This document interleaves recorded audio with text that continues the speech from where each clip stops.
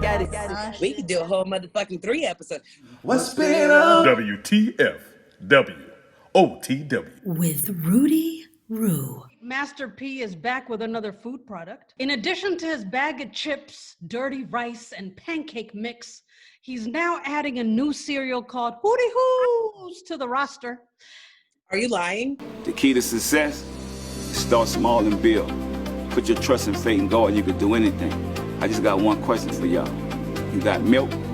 Because we got cereals.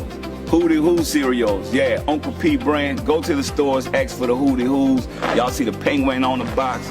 I mean, you gonna learn something. The more we make, the more we give. We took over the music industry. Now we taking over the grocery stores. We ain't gonna stop till every kid in the world eating Hootie Hoos for breakfast. Can we just talk about him real quick? Yes. When he dropped Master Clean, I was like, this nigga's a fucking genius. I just really need him to adopt me. I don't know why. I presented that idea to Romeo, and Romeo was like, Daddy, you know, I had a crush. it. Romeo alluded to the fact that he may or may not have had a crush on me, and I was like, I don't believe Oh, you, the sir. daddy or himself? Romeo. Oh, so in his mind, he's like, oh, it'll be like dating my sister. But I'm talking about his daddy wants to fuck you. Yeah, and then there's that. I don't know that per se. He's never like shot Y'all his- exchanges are so awkward. Well, he's just an awkward speaker. I'm sorry. You're telling me that they're awkward, nigga? Imagine how I 'cause feel. I don't think you realized it. I do. Imagine how I feel when this nigga whispers in my ear, like, I'm gonna call you my bad girl. Sir. Am I on punishment? Wait, the best is the picture of me and him on a boat and me in a see-through dress. Like, I did not realize this old ass man was gonna be here. You know, all these years and all this access, we still haven't refined the speech. So his communication, I think that makes him come across more awkward. Like he only has This 20 is the thing, words though. in the vocabulary. So the crazy shit is he's fucking brilliant, though. Obviously. Like, yeah. Fucking brilliant. But you are correct. Talking to him is awkward because like I remember I was at his house once and I did this scene where I realized I got caught in a moment where they could spin it and make me look really evil. So I started crying and I cried hysterically. You're such a fucking actress. What are we talking about? We're just talking about, you know, balls. Oh, I hate balls. One time a ball. Balls. 17 attacked me and I never recovered. Oh, man. So I basically stole the scene, which pissed everybody off. And I literally was just trying to find the smoothest exit to not look like a fucking demon because somebody was actively giving their testimony on stage. And I was like, oh, these niggas got me fucked up in my head because I was like, bitch, I'm in this motherfucker drunk, hung the fuck over from last night. I ain't even supposed to be here. Y'all got me here because Angela ain't doing her job. Why the fuck you pay this bitch so goddamn much and shit don't come to what? All that was on my face. But y'all And cool now, right? It's like my beef with SZA. That was her beef with me. Gotcha. I was sitting next to Romeo, so I was like, oh, the cameras are absolutely on me. So when I saw them, I went, shit. And I immediately started thinking about the saddest things I could think about. So I shed a tear and was like, I'm sorry, and ran out of the room. And when I realized the camera was running behind me, I went, fuck it. So I closed the door on the camera. Then I opened it and was like, come on, what are you doing? The camera guy went, what the fuck? And I was like, get in here. Play along, motherfucker. Right. So I closed the door behind him. I turned on the faucet. The camera guy. To add extras. Because I was dehydrated, right? So I had to add extras and shit. So I'm going through the motions. And yo, if they ever show the unedited, I went from, I was smoking dope when I was young. I didn't graduate. Yeah, I remember that I don't even scene. know about my life. I can't keep a functional relationship because I hate these niggas. Mary was my best friend. I can't believe this. Somebody ate my macaroni. I was going through all the bullshit.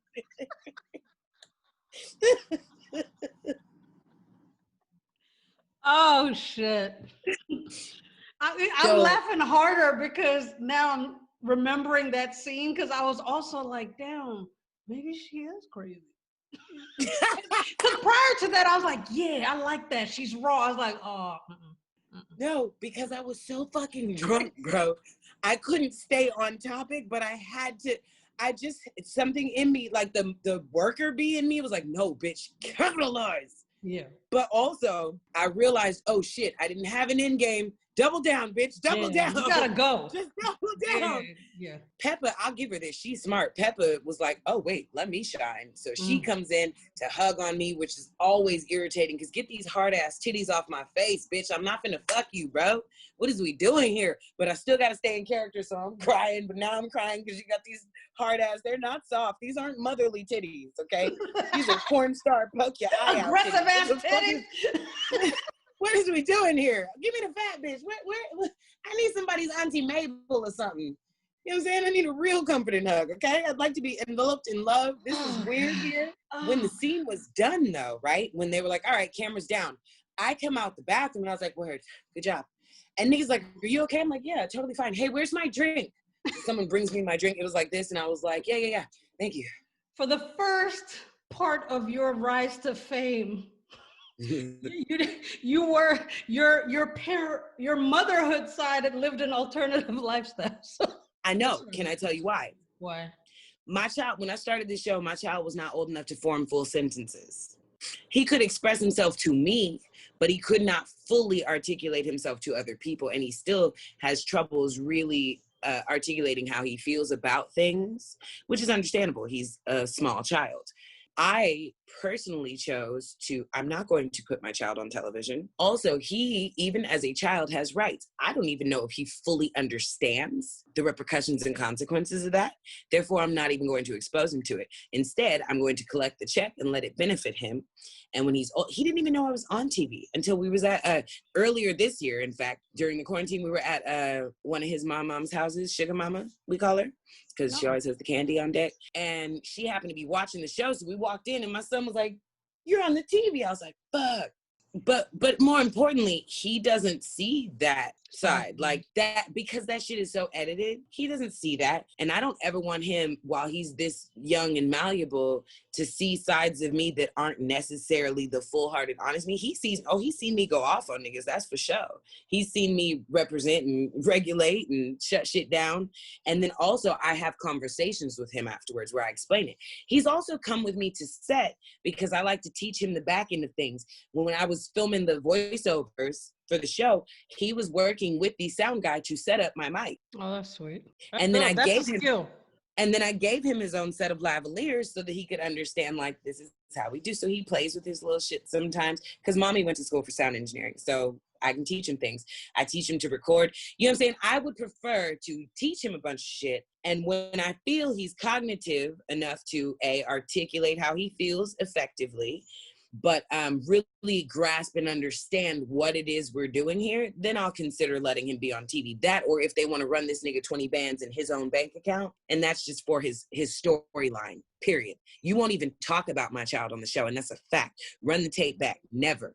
No, it's true. It's a trigger too, though. And the thing about them that they don't understand is when I get triggered, I'm really triggered, bro. They don't understand my life long before the show. They don't understand how I came up as a kid. They don't understand the shit that I've been through, the shit that I've seen, the shit that I've experienced, or how I chose to deal with those things, or how hard I fight to not revert back to how I used to be for the sake of my child. So I'm not going to give you an active, like, fucking nuke button because I'm beating everybody the fuck up. I ain't never really went through anything real that was real to me on the show other than that nigga putting his hands on me. Yeah, but I was about to say, that looked real. People forget I sold them that story because I doubled down and I went, oh, y'all want real TV? Cool.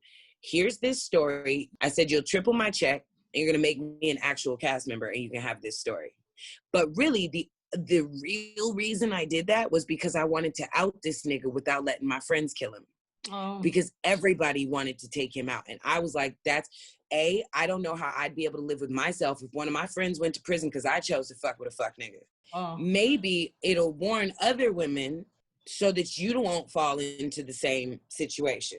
Do you understand what I mean? Yeah. I'm a firm believer in, like, speaking out. Speak out. What I will say is I feel so bad and I'd love to apologize again. I've already apologized, but you don't realize how much you hurt the people you love when you are spiraling and they don't know how to reach you and you're closed off to them even trying to reach you. because I was closed off. I was like, I don't want anybody to touch me. I don't want anybody to help me. Fuck you. This is how I process. But they're like, no, babes, that's not a healthy way to process. You can't just do a bunch of fucking psychedelics and think that you're going to come out of this thing okay. I want to talk about you a little more. So Okay. I want to know, how old were you when you discovered the first of your passions? Oh, so actually, when I discovered the first of my passions, I was probably 3. No bullshit. I remember these things because they're so pivotal in my life. Bob Ross on PBS. Yes. He was painting happy little trees, and I was like, I want to paint.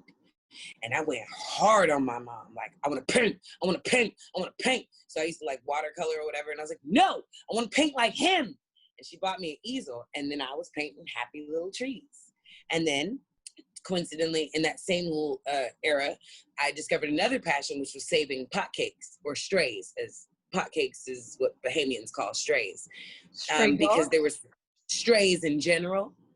A cat had given birth to a litter behind our washing machine, and I kept hearing these noises, and we went and we saved them, and the poor little babies, they were missing eyeballs and all kinds of things, but they were so beautiful, and I wanted to love them, and my bitch ass mom was like, I have an allergy to all things, so we couldn't keep them, but we found homes for them. The one specifically whose eye was the most like fucked up, that was my favorite, and he was the most loving. He only had one eye. It's beautiful. You only need one eye to love. The one eye he had was gorgeous too. At 4, I discovered photography when I went to Miami to visit family, and I had a disposable camera, and I took a photo at an angle, and I was like, oh my God. So then I just went around taking pictures of everything.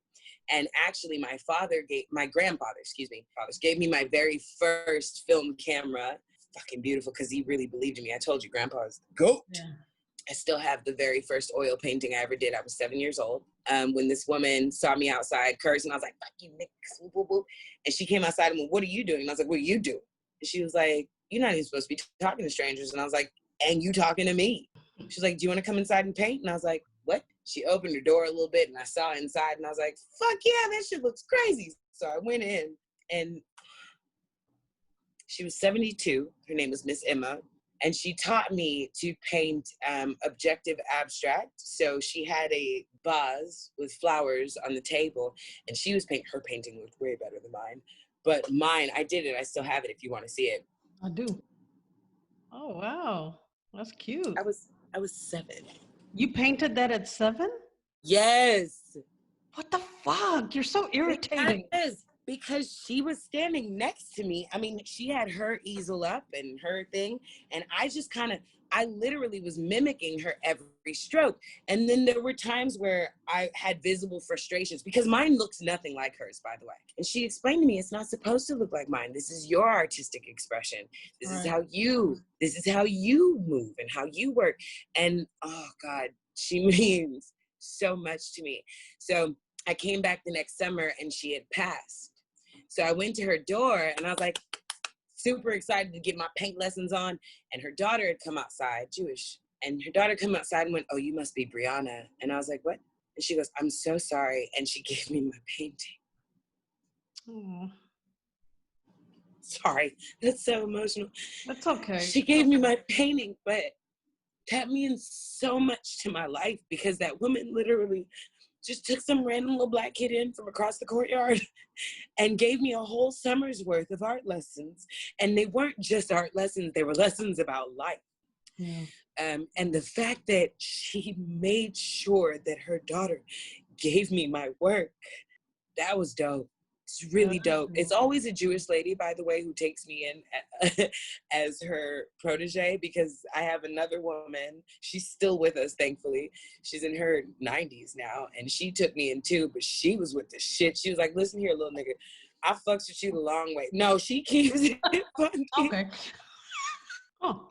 She's something else, bruh. She is something else. She'd be like, She found my artwork through an inmate, someone in prison, because I used to work on a board, Families United Prison Reform, right? We were trying to overturn the 3 strikes law in California because they were literally giving people life sentences for dime sacks and dub sacks. She was talking to an inmate because I told you she with the shit, and he was a very talented artist, and I guess he had found me through somebody, through one of the inmates I fuck with, and he sent me some artwork of Mary to give to her. And then he was like, yo, your artwork's actually really dope. I want you to meet this person. So I met with her, and she put on my very first official art show in her gallery. Dope. It was amazing. And she just, it's always a Jewish lady, like I said, which makes sense because I drink gin and I like egg whites in my cocktails like an old fancy rich white bitch. Okay. You've been very open about your drug use and being homeless as a youth. Yeah. Can you tell me about the exact moment you knew your rock bottom was over? Still not over? No. Oh. Oh my God. I only laugh because that term rock bottom has always rubbed me the wrong way. Some fucking idiot told my idiot mother, you gotta let her hit rock bottom. Right. Yeah. Which fucked my world. Now, granted, I was on drugs, so I really like flashed on my mama.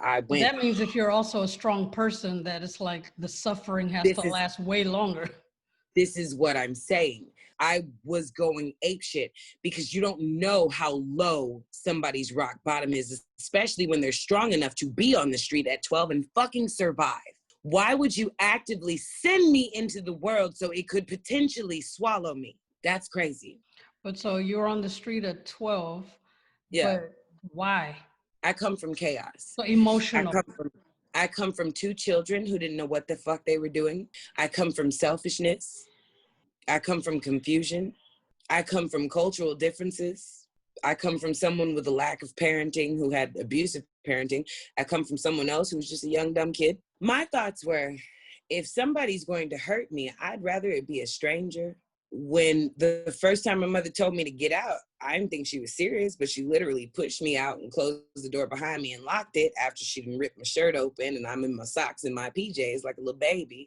And I was like, wait, is she for real? I rang the doorbell a few times. She didn't open it, so I left. Because what the fuck else would a child do? So I walked crying in the night through the street, and I got to this spot within the city where it's actually a known rape spot, and I didn't know that at the time, but I could hear voices under the street, and I thought at the time, God bless it, because I was a baby, I thought it was demons or something. Yeah, of course. So I just started booking it. What I didn't know is that people used to get high under that road, and they would actively drag women down there and rape. Also, I've never been further than this, because my school's right here. I don't know where else to go. I don't even know where we are because my mother's a runaway. So she kept moving us to places where we had no one and nothing. My thought process was, fuck, what am I going to do? She's not going to open the door.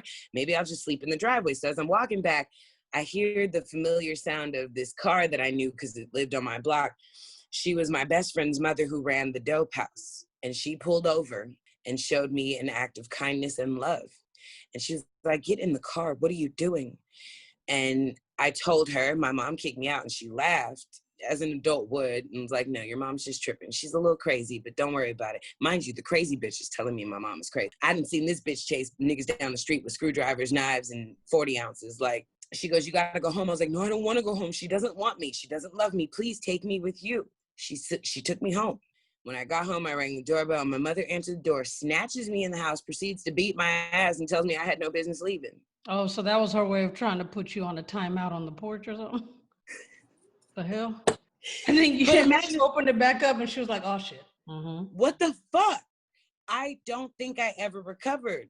Just let me go live with somebody who loves me. Like, why won't you let me go? But also you push me away every chance you get. I didn't grow up with hugs and kisses. I didn't grow up with affirmations. I didn't grow up with none of that. I grew up with, you stupid bitch. Get this motherfucker. I grew up with her actively tossing my room like it was a jail cell for no fucking reason. And I'm not here to bash my mother or nothing. She knows what mistakes she made. A lot of them she tries to pretend didn't happen. She has apologized for some of it. And I'm not, it is what it is. I'm not trying to hold it against her or anything. That's just what it was. I ended up moving into that dope house. I lived in the closet. I didn't really understand how drugs affected people because I was so fucking young. But that same woman tried to sell me for dope at one point. Well, that's the psychology and the mindfuck of it all, right? I remember one time, like, I came in the house, right? Because I was a hustler for the household because her daughter lived there, my best friend, and we didn't have no water at one point. So There the was no drug food. business was not popping over there. Well, they were getting high on their own damn supply too. And it's just, but I knew the local drug dealer. He was my friend, and he used to let me taste test his dope to make sure it wouldn't kill his customers. Wait, what? Oh no. Sorry. Yeah, I didn't realize like how fucking dangerous that was at the time. But as a payment, he'd give me a teener, which was equivalent to like $120 worth at the time. So I would take some back to the dope house, give to her. I would tell her I only got 60, and I would sell the rest so that I could have money to buy her daughter shampoo, my best friend, and food and things, you know? Wow. And you were 12? Between 12 and 15. I still talk to her, the best friend, by the way. Well, that's good. I mean, she was suffering too. Yeah, no, she was suffering far more than me, honestly. That's crazy. Damn. Far more than me. I think part of the reason I stayed at that house, because I could have moved on to a different one, but I stayed at hers because she was there. She wasn't going to make it if she left. I mean, I love that girl. I will love that girl for the rest of my life. I love that girl. It's difficult to talk to her sometimes only because it brings back memories, but she did the most selfless thing I've ever seen. At that time, she started a fight with me one day. She accused me of stealing, which I don't do from people. She told her mother that I stole some dope, and the boy that I was like in love with, he backed it up because I think he was actually the one who stole it. But she did that so that I would get kicked out because she didn't want me to go through that with her anymore. She wanted to spare you. But she tried to fight me, which fucked my soul up because she really wanted me to hit her, and she knows how crazy I am, and she hit me, and I just looked at her like, what are you doing? Please don't do this. Yo, leaving her was so fucking hard. Because I swear to God, I didn't think she was going to make it. And when we first met, we did the blood in, blood out shit. Like, we pricked our fingers together so we could be blood sisters. I never stopped feeling guilty about leaving her. I mean, she's good. She's as good as she can be. She's okay. Fuck, man, that shit hurt. Well, she was lucky to have you then, so. Sorry. Nah, Sorry. It's okay. I mean, you know, can't be hard all the time. Whoop, whoop. I fucking love you, bro. But I mean, you know, clearly you have like a whole different background than all these other like Silver Spoon kids on Growing Up Hip Hop. Like, how did you even get cast on that show? Like, just the Mary J. Blige link? That's it? Nah, what happened was they were looking for someone who was a celebrity kid just to fortify their narrative. And Mr. Ray from College Hill and Love and Hip Hop, he called me one day. I was drunk. I was drinking Jameson with my friend. I was smacked too. And I was like, what's that, bitch? He was like, girl, I need you to do me a favor. I said, what's up? Anything. What you need? My dumb ass shouldn't have said that. He was like, yo, I want you to be on this reality show. I was like, oh, I can't do that. Because the Bad Girls Club, niggas, everybody wanted me to be on that show. Oh, man. You would have been in jail in that show. On episode 1. I'm so sorry. I'm all fucking emotional and shit. My bad, Joe. This is why I told you I knew we was going to go here because I really know you and I trust you. So, Mr. Ray, I told him, you know, I was a little drunk. He's like, yo, you got to do this show, blah, blah, blah. I was like, I'm not doing the show. And he's like, well, just agree to a meeting. I was like, fine, whatever. And I basically was like, hey, y'all, I'm not even going to hold you. I'm just a woman in my word. Like, usually I do shit in my own time like God, but I'm here. I don't want to do your show. I saw an episode and fell asleep. I don't think that it's the right fit. And they were like, well, that's why we need you. I was like, no. You're not understanding me. I didn't grow up like these kids. There's no way that you could put me into their group and it work out because I didn't understand how reality TV worked. All the while, I think that I'm talking them out of this poor decision. And I'm really just solidifying my check. Yeah. The nail in the coffin was when I was like, okay, y'all, so I'm gonna head out. And I hopped up and started to walk away and my EBT card fell out. Oh. And the white dude goes, did you drop something? I said, oh shit, nigga, that's my EBT. He was like, what? And I was like, my EBT, my Eat Better Today on your tab. Thank you. And I left. And they were like, oh no, she's fucking perfect. She's perfect. Government assistance too. She's going to bring the real element to the show and blah, blah, blah. And it's just been a struggle ever since. I remember back in 2018, you were on a mission to open an all-inclusive shelter for homeless teens called Tuesday's Heart. Is that still a project in the pipeline? Yes, actually. It's being revitalized right now. I have a new business partner, and I'm super grateful because one of my flaws is that I tend to think that I can take on everything by myself because I'm fully aware that other people are not as passionate as I may be about my projects. So I just be like, fuck it, I'll do it. But then I overwhelm myself. Mm-hmm. But I luckily have a really, really, really dope team, no matter how small it may be. We're all very, very adamant about seeing these things to fruition. He's actually, I don't want to speak too much on it because I'd just rather do it. You know what I mean? In the past, when I spoke on it, it gave me, I guess, some sort of pseudo satisfaction as though I was accomplishing things when in fact, they weren't moving as much as I really wanted them to. And then I made a left turn somewhere with no guidance. I'm taking my sweet ass time with it. Exactly. I'm also watching the current climate because with COVID and the presidential elections and everything, we don't know what the new world holds. So I just need to be, I'm basically on my toes, ready to pivot. Mm-hmm. You got to. So that I can, because my mission, the underlying mission is always there, which is just simply to be of service for the future, meaning the kids, the seeds, you know. And it's really about the passion being there. So I'm happy to hear. And, you know, I support where I can. I know I'm overseas, but, you know. You know, you've always been extremely supportive. I also no longer do business with PayPal. Okay. Just got to throw that out there. I do not fuck with them. Okay. Well, we'll figure something else out. So I've seen samples of your art, photography, jewelry, maybe a dish you concocted. However, and a cocktail. And a cocktail, yeah. But however, your music has always been elusive to me because it's always in the background in the wee hours, muffled by blunt smoke. So I want to play one of your own favorite songs. So which will it be? And why do you like it so much? My favorite is an EP from about 2009 that I never actually put out. It was the most me, period. Like, I've written a lot of songs, but I used to always write them for other people. They weren't coming from me. It would be like, I'd be drunk in the studio and they'd be like, come on, write a song. I'd be like, fine, tell me what you write about. All right, love. I wrote a song about a fucking cigarette, and it's one of the dopest love songs I have. But it's about a cigarette. I believe that you were very passionate with it too, because the way you be sucking on them things. Okay. Why you gotta make everything sexual? Listen. Why don't you suck on the cigarette? How do you get the smoke in you? How do you? What you do? What you do?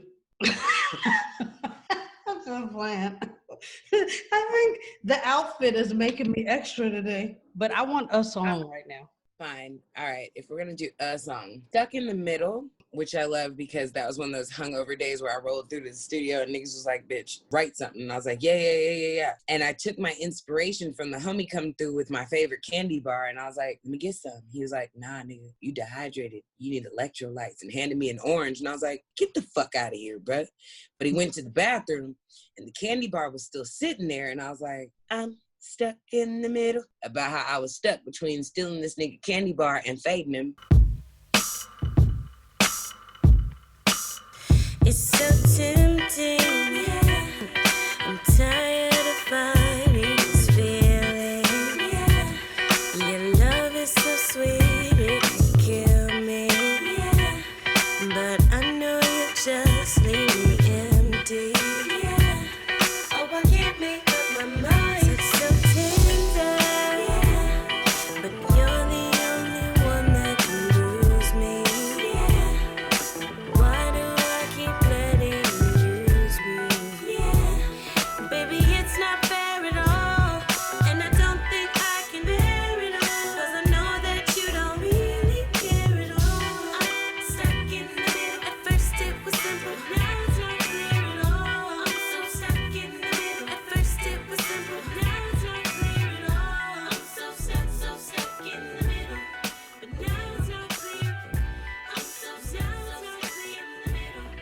Stuck in the middle is kind of relevant in your life now anyway, as we discussed in the beginning of this podcast.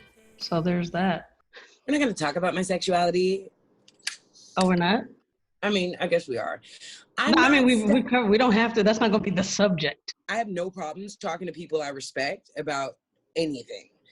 Stop it. You respect me? You made me get dressed for this. I mean, like, slightly. And then got undressed, so there's that.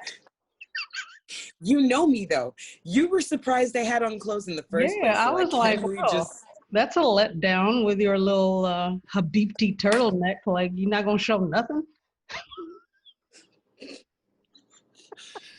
The fuck? Just for your followers, because they don't know, I'm absolutely known for wearing a piece of fabric tied around my body and that being all, like a toga. Yeah, just titty flapping and then grease splattering while you cook right in between. I don't know, I get it. Well, hopefully all the people listening have some sparked interest, so they can go check out the oasis where Briana's creations dwell. Good luck finding it. Look, finding my oasis. BrianaLatrice.com and at Briana Latrise on the socials. Is there anything you want to specify? Yes. Should you find yourself in the desert? Yeah. Dehydrated? I got all the water you need, baby. Baby, yes, give me water. Now, real talk though, I think one thing we never specify is that I do a myriad of things. If you go to BrianaLatrice.com, you can absolutely book me for a reading. I'm big on that. I like it. My hours are my hours. You can't schedule anything outside of my hours because boundaries. But I will definitely guide you, help you, love you. That's what I do. It's one of my favorite things to do. And my prices aren't fucking ridiculous. They're not. You can also check out a lot of my products at houseofblack.com. House of BLK. That's where my store lives, where you can get all the sages and candles and incense. Everything is, I make my incense by hand. And guys, by the way, I don't think her art will be included because she only sells to collectors with her bougie ass. Whatever. So there's that. That's not true. The other day, I sold a reprint to someone who inquired appropriately. I do sell reprints from time to time, but you need to understand what these things cost. Right. So if you've got the budget and you'd like a reprint, I have no problems accommodating you. I will not sell originals. That's insane. But to the collectors, you will. To the collectors, yes, if the price is right.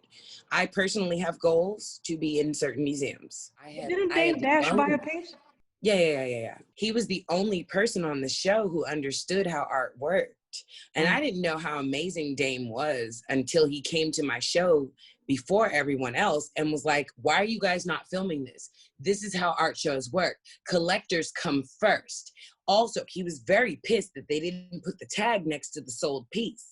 And the funny shit is he bought my least favorite piece, the piece I almost left out of the show, but he saw it and I was high as shit because Peppa drugged me. No bullshit. Drugged you? No bullshit. Yes. I was having anxieties about the show because I was, I'm an artist and I'm sensitive about my shit, not to be super cliche, but truthfully. So I was nervous, like, this isn't just a show. This is going to be on TV and there's no telling what kind of fuck shit they're going to do. And she squeezed what I thought was a flavor additive into my water. And then I took a couple sips and she was like, yeah, it's weed. And I was like, it's a Quaalude. I mean, essentially, because after a while, so I got to the show before the opening and I was high as fuck. And Dame walked in and he's talking to me and I was looking at him like, what? Oh, so, God. He was like, so what's this piece about? I was like, it's not art. Because the piece literally says, this is not art. So I was like, yeah, it's not art. And he was like, okay. And I was like, yeah, because it's me. It's my soul.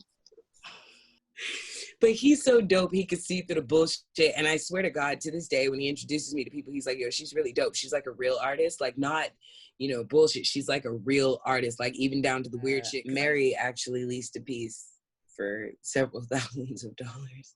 But leased it to put in her home? Mm-hmm. So then She still got it or what? It was a lease. It's right here on my wall. But then she should swap out. Don't you renew a lease with a new painting? She don't swap that. If you want to, but after she divorced my dad, I think she felt some kind of way.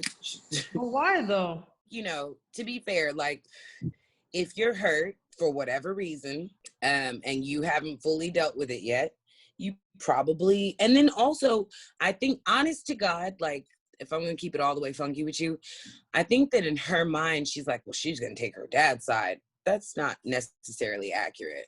I'm not that linear, but I can see how she might feel like it might not even be appropriate in her mind to continue fucking with me. Because I remember when she felt uncomfortable about even meeting my mom.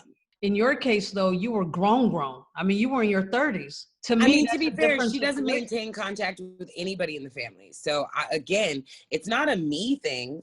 I'm not taking it personal. It's not a me thing. That's a her thing. Gotcha. She's however she feels, and within her rights to feel how she feels. I mean, to keep it funky with you, I had a conversation with Raven Simone. She randomly called me. Raven was like, what the fuck is going on? And I said, what you mean? She's like, bitch, I just did this show and your mother was here and she did not speak to me. And I was like, she didn't speak to you? What the fuck you mean? She was like, she literally said hi and then kind of walked off, like dismissing. But who's she talking about? Your biological or Mary? Mary. Oh, okay. But Raven and I met, and Mary was my stepmother. Raven has never met my real mother. Maybe she has. But as far as Raven knows, anytime she came to pick me up from my family's home, it was my dad and Mary. You know what I mean? Like, so Raven just kind of felt some kind of way because her mother, when me and Raven were beefing as friends do, her mother was like, y'all need to stop this. This is stupid. Why aren't you guys talking? So for her, me and Raven were still actually on the outs when this happened, which is why I was like, what the fuck? She's calling me. Must be a problem. Are you okay? But everybody processes differently. You know what I mean? Mary seems like she has a social awkwardness about her anyway. She does. I can imagine that it's in real life as well, you know? Like she does. Yeah. And I think that was one of my favorite things about her is that she don't really fuck with niggas like that. She'd be like, okay. And we can have some deep ass conversations that I won't delve into because it's not anybody's business. Course, but yeah. I'm saying it to say that like, I understand parts of her. I'm not going to say I fully know her, but I understand parts of her on a level that like in other words, she and I have had conversations that we haven't had in a group setting. It was very intimate, and I got to know her in another level, which is why I let her take my self-portrait for her meditation room, because it's a self-portrait that she leased. And I do believe, because sometimes I feel petty, because I'm petty sometimes, and I'm like, I don't know why she gave it back. But in reality, it was a self-portrait, and she knew that. And when she divorced my father, I think it was just kind of like, all right, go ahead. Why would I hold on to this girl's painting? Plus, I think a lot of it was like, let me support her because she didn't know that I painted. Nobody really did. While I always did it on the low, a lot of my earlier pieces were destroyed by my mom because she was feeling some kind of way. So nobody really knew, and it wasn't something I showed off. Like, I still don't brag about it. It's not a big deal. I paint because I have to. It's how I work through my emotions when I'm extremely off balance. It's how I regain some synergy and some grounding. Well, the time has come for us to say goodbye. Has come. That's a whole different song. Yeah, I know. I am on my Sound of Music. I don't know what the fuck you on. I know. So you were taking it way too musical, and I went to ludicrous. That's cool. I feel like that's how we balance each other out. Never needed a publicity stunt. Let's tell the truth about it. You know, ludicrous. All right. You made him sound tall when you spit. Don't do him. He's actually really nice. You're saying short people can't be nice? I'm short. So Briana. Can I just say, if I was actually like gay for real, I swear I'd be trying to holler at you. At me? Yeah. Tell me more. Why? Because you are such a bright light. I've never once got negative energy from you, not even in times of despair. You've just always been uplifting. Those are things I look for in a partner. Like somebody who, when I'm at my lowest, they can be like, blah, blah, blah, blah, blah. And I giggle a bit because it raises my vibration to where I can come back to a level of, okay, I see where I was fucking up. Let's move forward. You know what I'm saying? And I aspire to be that to a partner. Well, I think I've witnessed how you are as a person, and I think you have all the great traits I would want in a mate. You could. Well, when I figure out how to suck pussy. Sorry, just that line already. Wait, I don't even want to know where the rest of the sentence was going because I wasn't even ready. I don't even know if I want to say it because what I mean is I know how. It's just when I figure out how to want to. Oh, okay. Yeah. No, but let's just go back to thank you. That's really nice. That was one of those weird ass compliments that was like, bitch, what? But also. No, it wasn't. It's not weird. Oh God, it's the nicest thing someone has said to me all day. And you're fucking gorgeous, so like that helps. Oh my God. Come on. I'm mad I'm low-key hitting on you. Like now I'm questioning my own sexuality. I mean, we had this talk. You are stuck in the middle. So, but I want to really thank you for, taking out the time to get out of bed, even if I commanded you to. You didn't have to follow through on that. You could have hung up. No, and thank you for being open and so candid and for making the editing job hard for me. Would it be all right if my son gets a cameo? For sure, bring him. Siete, medium size child. Aki. No, you're not interrupting. I'm inviting you into the situation. Come. Ugh. Hello again, 7. Are you going to sign your mom off this podcast? Do you have a good joke for us? A good what? A good joke. Okay, well, why don't you tell people something funny about your mama? She's crazy. Well, I think I do. Okay. My mom always talks to me about her day. Oh, you like that? You like talking to her about her day? Is it fun? It's funny. Well, that's okay. You said your day is hilarious. He's petty, and that's great. Are you a little shy, 7? Actually. Okay. I'm just a little bit shy. A little bit, yeah, because you can't give your all to everyone. But thank you for coming to talk to me. That means you're actually reserved. Say reserved. Reserved? Yes, it means you reserve your energy for you and those you care about. You don't just give it to everyone freely. That's right. You have boundaries. Okay, we gotta go. Say goodbye. Bye. Bye. See you soon. Bye.